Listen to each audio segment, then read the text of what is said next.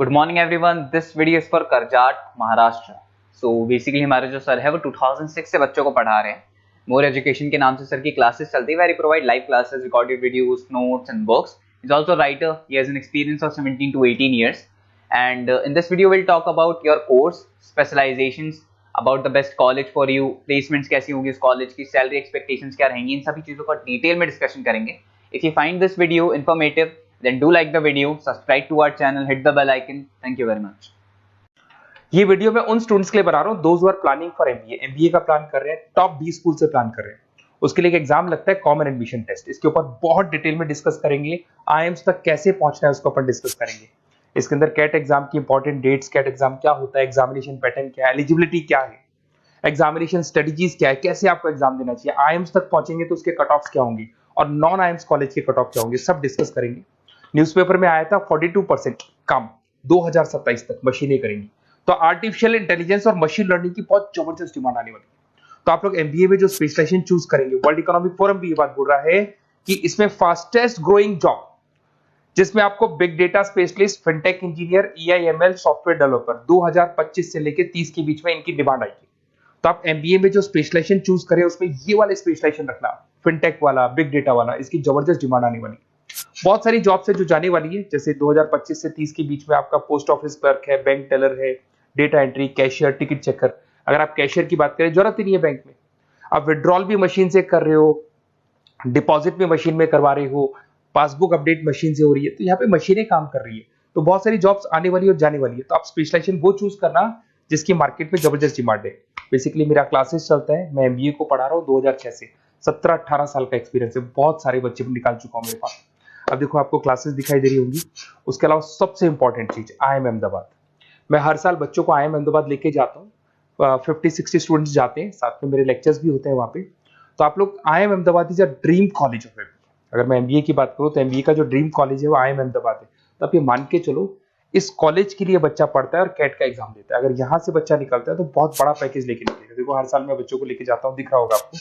उसके अलावा मैं मुंबई में पढ़ा रहा हूँ, जयपुर में मैं पढ़ा रहा हूँ। अच्छा, अलग अलग कॉलेजेस में एज अ गेस्ट में वर्क कर रहा हूँ। अच्छा, 2008 से मैं बुक्स भी लिख रहा हूँ। तो 2006 में पढ़ाना शुरू किया था, 18 साल हो गए, और 16 साल से मैं बुक लिख रहा हूँ। 2008-10 में बहुत सारी बुक्स लिखी है। मेरे वीडियोस भी हैं, आपको यूट्यूब पे वीडियोस मिल जाएंगे। मैं सैंपल्स आपको शेयर करूंगा जो जिसका रिक्वायरमेंट होगा। अगर आपको बेस्ट कॉलेज का रिक्वायरमेंट हो, या फिर कैट के लिए कैसे स्टडीज करनी है उसका रिक्वायरमेंट है, कि कौन कौन से कोर्सेज हैं कैट में, कहाँ पे आपको एडमिशन लेना चाहिए और किस तरीके से स्टडीज करनी है, कट ऑफ क्या जाएगा, तो उसके ऊपर आप डिस्कस कर सकते हो। मेरा नंबर है, इस पे कॉल कर सकते हो। बाकी मैं अगर क्लास में रहता हूँ तो आप मेरे को व्हाट्सअप कर सकते हो अपना name, number, city, state, course और कहाँ से आपको अपना एमबीए करना है और किस तरीके से कैट का प्रिपरेशन करना है। अब अपन आते हैं एक एक करके कैट के स्पेशलाइजेशन पे।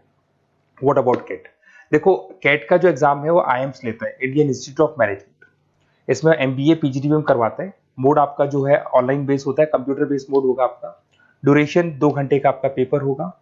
इसमें आपको verbal ability, reading comprehensive, data interpretation, logical reasoning and quant मिलेगा। तो 3 सेक्शन में डिवाइडेड है पेपर। आपको हर सेक्शन में 40 मिनट्स मिलती है। 2 घंटे का आपका पेपर है, तो उसको कंप्लीट करना है। तो इसमें पढ़ना कैसे है, उसकी स्ट्रेटजीज क्या है, इसको अपन आगे डिस्कस करेंगे।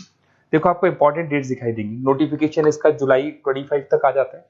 उसका रजिस्ट्रेशन अगस्त में स्टार्ट होते हैं। सितंबर में आपका लास्ट डेट है। एडमिट कार्ड अक्टूबर में आता है। नवंबर में लास्ट संडे, जो लास्ट संडे होता है नवंबर का, उस दिन एग्जाम लगता है इसका, और जनवरी तक रिजल्ट आ जाता है। अब देखो इसमें बहुत सारी चीजें जो अपन डिस्कस करेंगे। टोटल इसमें 66 मार्क्स का पेपर होता है, वेरी भी करता है थोड़ा बहुत। 40 मिनट्स पर सेक्शन को मिलता है। इसके अंदर आपका इंग्लिश है, रीजनिंग है, क्वांट है, इनके लिए अलग अलग टाइम मिलता है।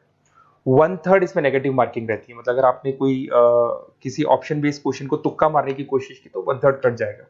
एमसीक्यूज में नेगेटिव होता है, और बाकी जो सेक्शनल कट ऑफ जरूरी है इसके अंदर। मतलब ऐसा नहीं है कि आपका इंग्लिश में स्कोर आ गया, मैथ्स में नहीं आया, डीआई में नहीं आया तो सिलेक्शन नहीं होगा। इंडिविजुअल आपका इंग्लिश में भी आना चाहिए, मैथ्स में भी आना चाहिए, डेटा इंटरप्रिटेशन में, तीनों में आना चाहिए आपका। और एमसीक्यूज में जो नेगेटिव मार्किंग है एमसीक्यूज के लिए होगा, नॉन एमसीक्यूज के लिए नेगेटिव मार्किंग नहीं होता है। उसके अलावा अगर मैं एलिजिबिलिटी की बात करूं तो जनरल का अगर स्टूडेंट है तो 50% मार्क्स चाहिए। अगर आपका 50% से कम है, you are not eligible to give the CAT examination. अगर एससी, ओबीसी, रिजर्व कैटेगरी से है तो 45% आपको चाहिए। देखिए, और एज लिमिट नहीं है, कोई भी बच्चा एग्जाम दे सकता है। फाइनल ईयर का स्टूडेंट दे सकता है, फाइनल ईयर होने के बाद भी वो एग्जाम दे सकता है। अगर मैं स्ट्रेटजीज की बात करूं, देखो बार बार मैं एक चीज बता रहा हूं, जब भी आप पेपर को अटेम्प्ट करते हैं इसमें टाइम कम होता है, क्वेश्चन ज्यादा होते हैं, तो यहां पर आपको रिजेक्शन आना चाहिए, सिलेक्शन नहीं करना है, रिजेक्शन करना है। बहुत सारे ऐसे क्वेश्चन होते हैं बहुत ईजी है, उसमें 4 से 5 मिनट खराब हो गए और आपने उसका राइट आंसर निकाल दिया। अरे भाई वो 5 मिनट में 5 क्वेश्चंस करने थे आपको, उस क्वेश्चन में फंस के आपने 5 मिनट खराब कर दिए।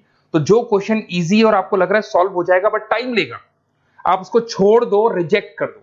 वो क्वेश्चंस करने हैं जिसमें टाइम कंज्यूमिंग कम होता है। आप अगर टाइम को एकदम से वेस्ट कर देंगे ना तो बाद में रियलाइज होगा टाइम चला गया, क्योंकि मैनेजमेंट एप्टीट्यूड टेस्ट है, जैसे गवर्नमेंट एग्जाम के टेस्ट होते हैं, तो यहां पर क्या टाइम सबसे बड़ा इंपॉर्टेंट फैक्टर होता है आपका। तो बेसिकली एक्यूरेसी होना चाहिए, स्पीड होना चाहिए और आपका टाइम बैलेंस होना चाहिए, और साथ के साथ कौन सा क्वेश्चन छोड़ना है और कौन सा कर रहे हैं। बहुत सारे क्वेश्चन होते हैं जिसमें लालच देता है करो करो करो, बाद में पता लगता है फंस गया उस क्वेश्चन के अंदर और फंसने का टाइम चला गया, तो टाइम नहीं जाना है इसके अंदर। उसके अलावा देखो अगर मैं आईएम्स की बात करता हूँ, आईएम्स में 99 percentile, IIM Ahmedabad is 99 percentile आपको चाहिए। उसके बाद में अगर मैं बात कर दूं, बेंगलोर 99, कोलकाता 99, लखनऊ में 97 टू 98 चाहिए, इंदौर कोझीकोड में 95 टू 97। तो परसेंटाइल तो मान के चलो, अगर आपको टॉप कॉलेज चाहिए ना तो 99 प्लस परसेंटाइल चाहिए आपको, ठीक है। उसके अलावा अगर अपन देखते हैं एफएमएस दिल्ली, नॉन एक्सेप्टेबल जो कैट का एग्जाम तो लेते हैं बट नॉन आईएम्स है, वो भी 99 मांगता है। एसपी जैन भी 85 टू 95 मांगेगा। एमडीआई गुड़गांव 95 परसेंटाइल मांगता है। आईएनपी गाजियाबाद 85 टू 90 मांग रहे हैं। तो कॉलेजेस तो बहुत हैं, और ये मान के चलो आप 80 से लेके 99 के बीच में अगर आ जाते हो तो आपको टॉप 20 स्कूल्स मिल जाएंगे। अगर आईएम्स भी नहीं मिलता है तो उसके नीचे के स्कूल्स मिल जाएंगे। बाकी अगर इसको डिटेल में आपको डिस्कस करना है तो मेरा नंबर है, आप कॉल कर सकते हैं। अच्छा, उसके अलावा मेरा नंबर आपको दे दिया मैंने, अगर मैं कल क्लास में हूं या कॉलेज में और फोन नहीं उठाता तो व्हाट्सएप कर देना, अपन डिटेल में डिस्कस करेंगे सारी चीजें, और कहां से आपको कैट करना चाहिए, कौन सा इंस्टीट्यूट बेस्ट रहेगा वो भी मैं आपसे डिस्कस करूंगा, कौन से कॉलेज में आपका एडमिशन लेना चाहिए वो भी डिस्कस करेंगे, किस तरीके से आपको पढ़ाई करनी है, नोट्स कैसे मिलेंगे, वीडियोस कैसे मिलेंगे, सब डिस्कस करेंगे। Okay, best of luck for your CAT examinations. और कोई कॉलेज से रिलेटेड क्वेरी है तो वही आप मेरे को कॉल कर सकते हैं। Okay, best of luck.